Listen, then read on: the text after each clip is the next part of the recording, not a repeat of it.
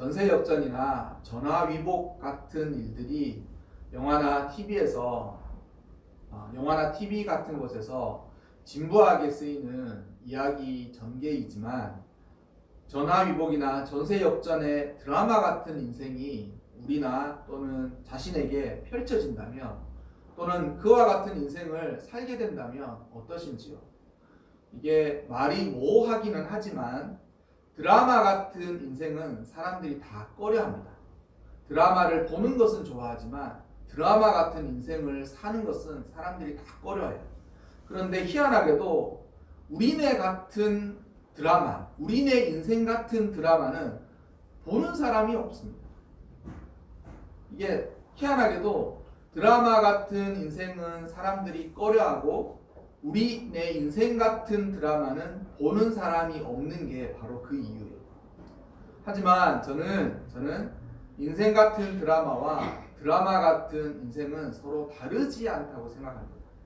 어떤 이들은 내 인생 같은 드라마라면 그걸 왜 보느냐라고 할 수 있겠지만 저는 드라마 같은 인생이나 인생 같은 드라마는 결국 다르지 않고 단지 어떻게 살아내느냐에 달린 것이다 라고 말씀드리고 싶고 그에 따라 그것을 어떻게 살아내느냐에 따라 인생을 드라마처럼 살아내는 사람들이 있고 자신의 삶을 드라마처럼 살아가기 싫어하는 자신의 인생은 드라마와 같이 살아낼 수 쉽지 않은 그런 사람들이 있습니다. 제가 왜 이런 말씀을 드리냐면 제가 왜 그 인생 같은 드라마와 드라마 같은 인생은 같다라는 그 말씀을 드리냐면 그것은 첫째는 하나님이 살아 계시기 때문입니다. 하나님이 돌아가시고 하나님이 역사하지 않는 것이 아니라 하나님이 살아 계시기 때문이고 두 번째는 성경의 말씀들의 내러티브, 성경의 말씀의 이야기들이 그런 식으로 전개되기 때문에 저는 하나님의 성경 말씀이 그렇게 되는 것을 믿고 그 말씀처럼 우리의 삶도 그렇게 되리라고 믿기 때문에 그것을 믿는다는 것이죠. 우리가 읽은 오늘 설교 본문의 말씀에도 그러한 일들이 그렇게 펼쳐지는 것입니다. 인내의 수고를 열심히 다하고 또한 이러한 일들이 마치 드라마 같은 일들이 우리 앞에 펼쳐질 때에 그 성취 아니면 그 희열은 말할 수 없을 것입니다. 그리고 그러한 때에 반드시 그곳에서 그러한 일들이 펼쳐지는 그때에 우리와 함께 하시는 하나님이 마치 우리와 함께하고 계신다는 하나님의 인재를 경험하게 될 것입니다. 지난주 설교에서도 말씀을 드렸듯이 아모리의 이 다섯 왕들이 기브온과의 전쟁을 일으킨 것은 단지 욱하는 마음으로 펼쳐진 게 아니라 정치적인 행동이자 생존을 위한 선택이었습니다.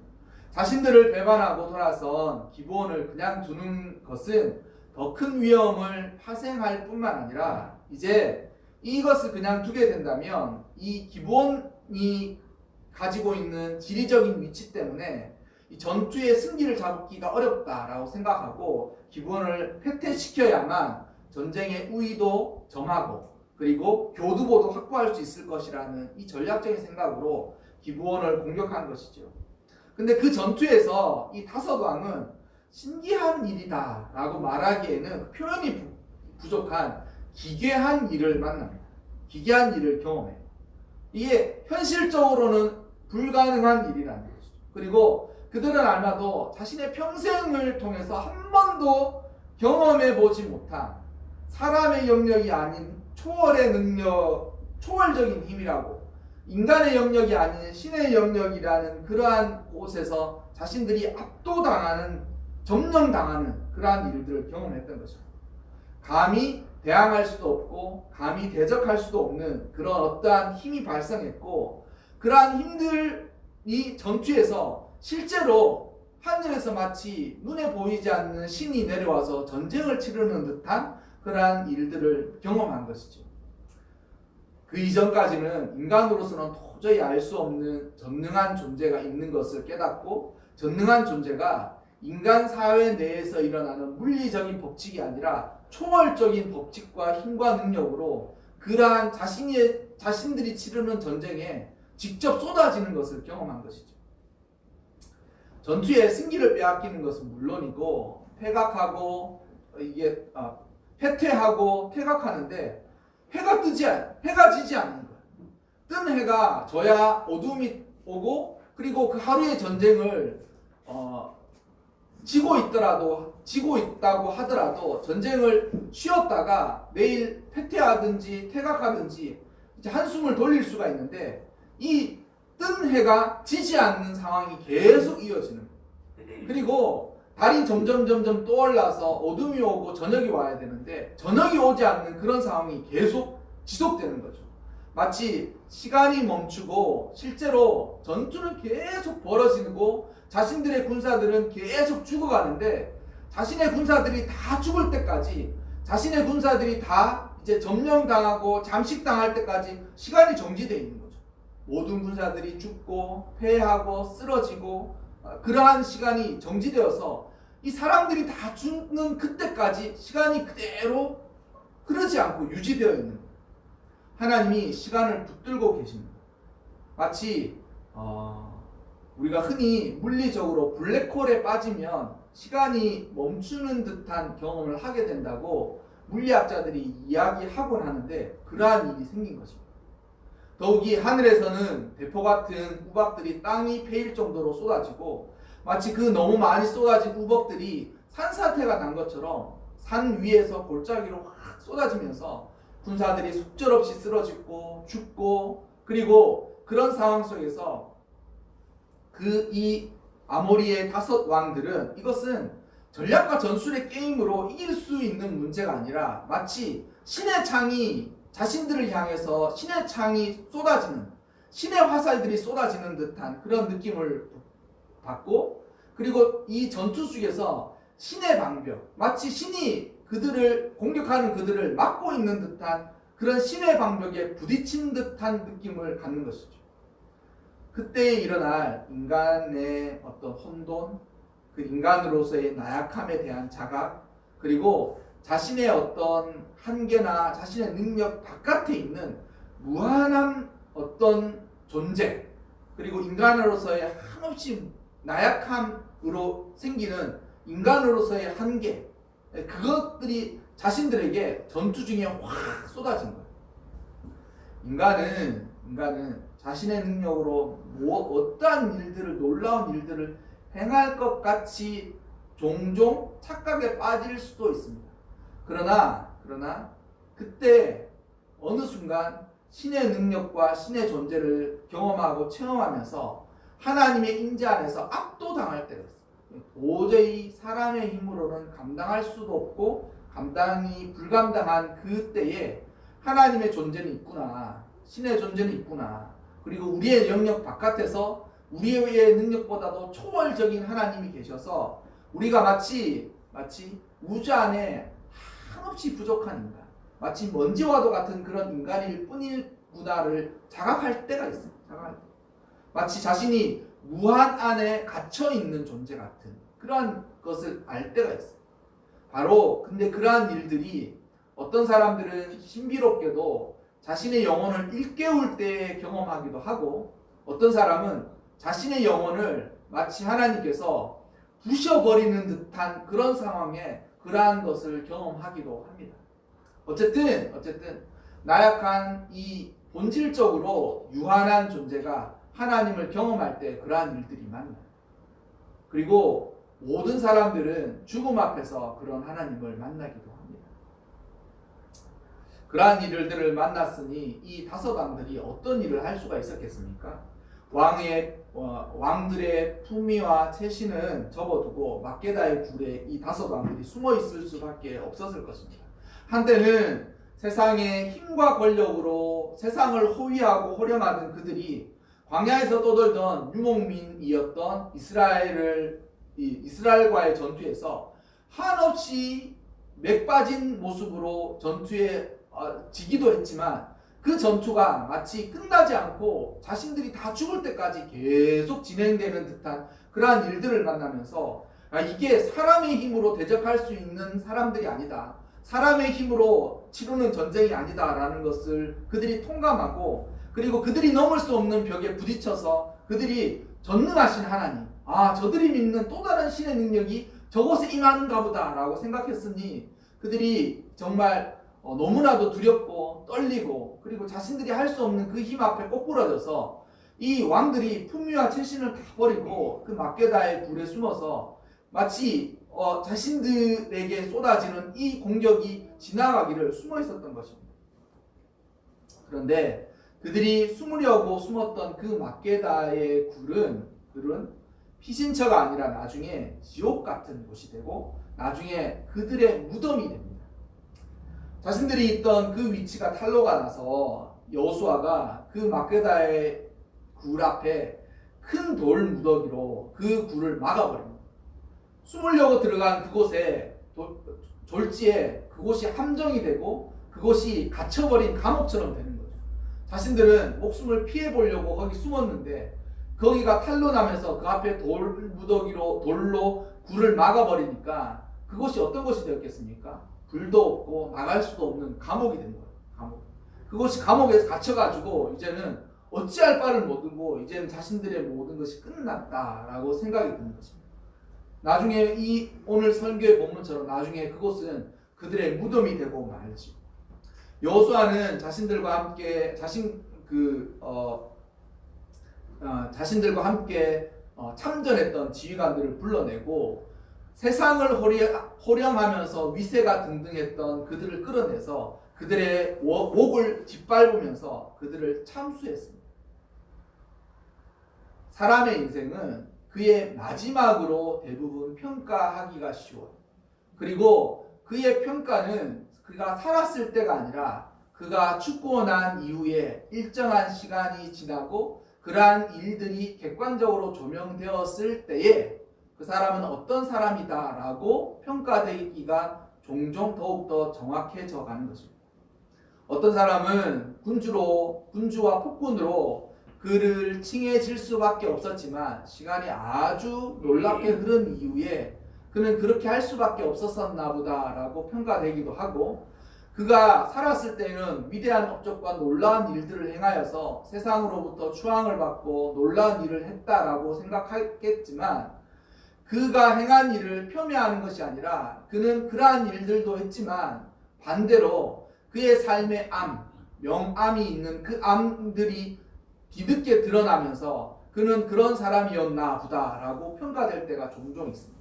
그런데 오늘 이 아모리의 5 왕들은 그의 인생을 어떻게 살았든지 평가하지 않고 그의 죽음으로 보자면 그리고 그의 죽음 이후에 남겨진 역사로 보자면 그들은 걸출한 인생을 살았다고 칭해질 뻔했지만 이 전쟁의 끝에서 여호수아와의 전쟁으로 말미암아 그들은 전쟁에서 지고 패잔병으로 나무에 달려서 저주받은 인생으로 그의 모든 것이 끝난다. 놀랍지 않습니까? 영웅으로 살았고 왕으로 살고 걸출한 인생을 살아서 그것으로 인생이 끝날 뻔했는데 살아계신 하나님이 그의 인생의 마지막에 그렇게 역사하십니다. 그리고 그들이 나무에 달려서 마치 패잔병들처럼 전쟁에 패한 패잔병들처럼 나무에 목이 달려서 거기서 죽음을 맞이하고 아무도 돌아볼 수 없는 그런 상황에 굴에 던져져서 거기서 제대로 그의 죽음에 준하는 장사를 지내줌으로 인하여서 그를 기억하거나 그들을 생각할 수 없게 만들어 버리신 것이죠. 성경 우리가 읽지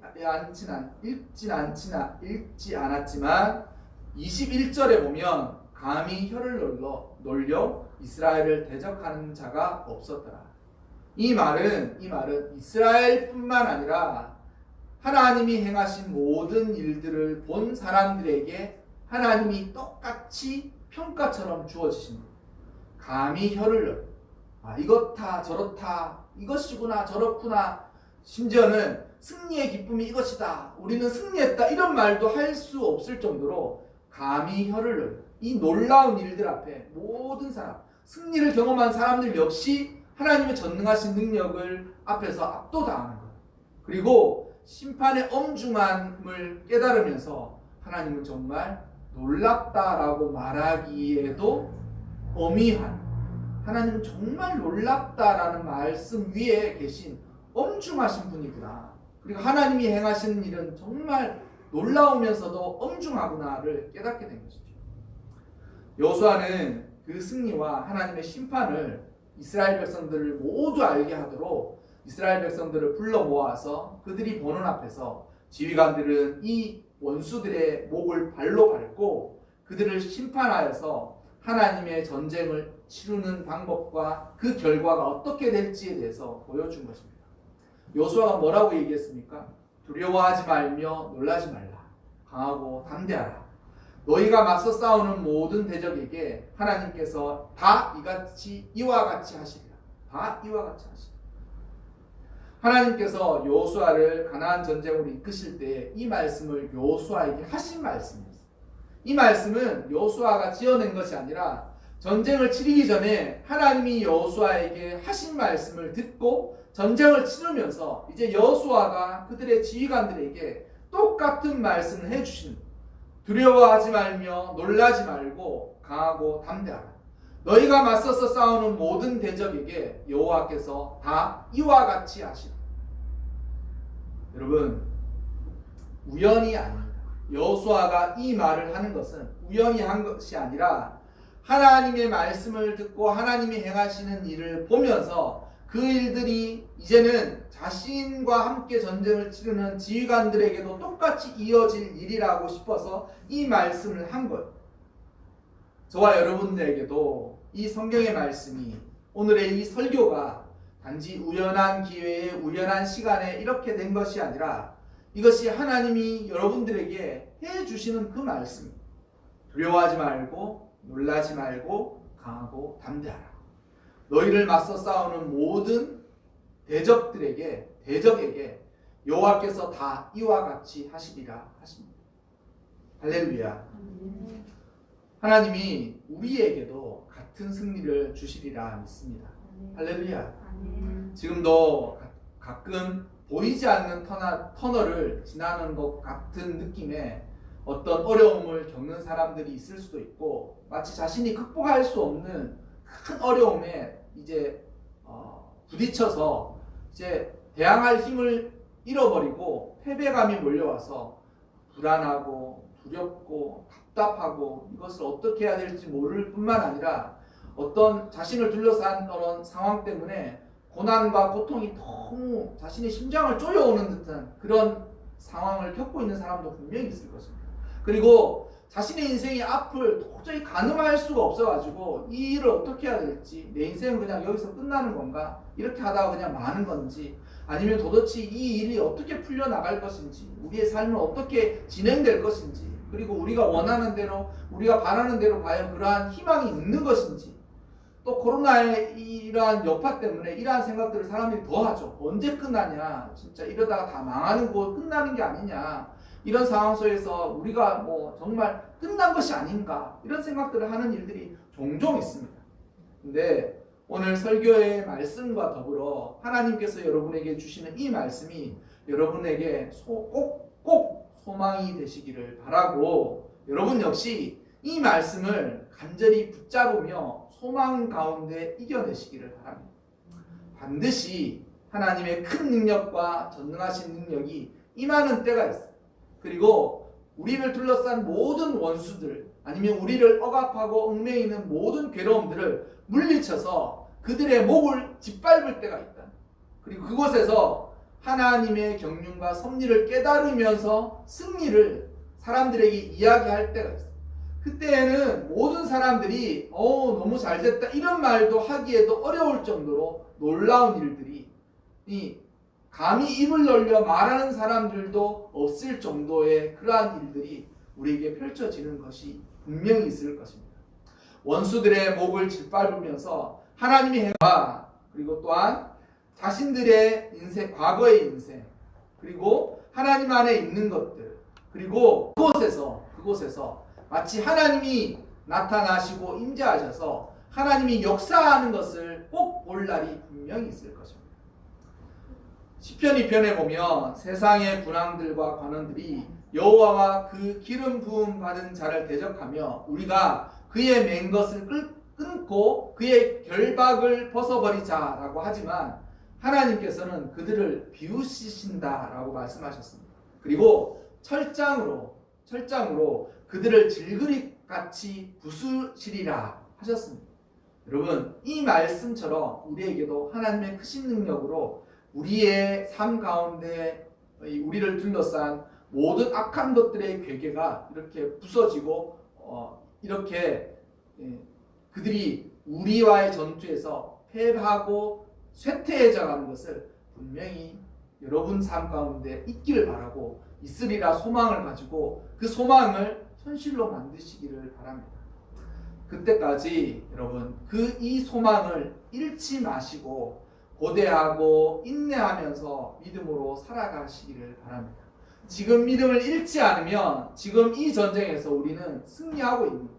우리가 믿음을 잃지 않고 소망을 붙들고 살아가면 그 일은 차근히 인내하면 언젠가는 반드시 차근히 진행될 것이고 하나님이 그 일을 이루실 때에 그때에 너의 믿음으로 그 일들이 이루어졌음을 하나님께서 우리에게 가르쳐 주실 것입니다. 오늘도 믿음의 전투에서 승리하시기를 바랍니다. 하나님이 임재하시는 그 일 가운데 원수의 목을 짓밟고 최후의 승리를 꼭 이루시기를 바라며 그때에 여러분들을 둘러싼 모든 원수들은 여러분들을 떠나갈 것이고 또 여러분들은 그곳에서 하나님의 크신 영광을 드러내게 될 것입니다. 주님의 능력으로 승리하시기를 바랍니다.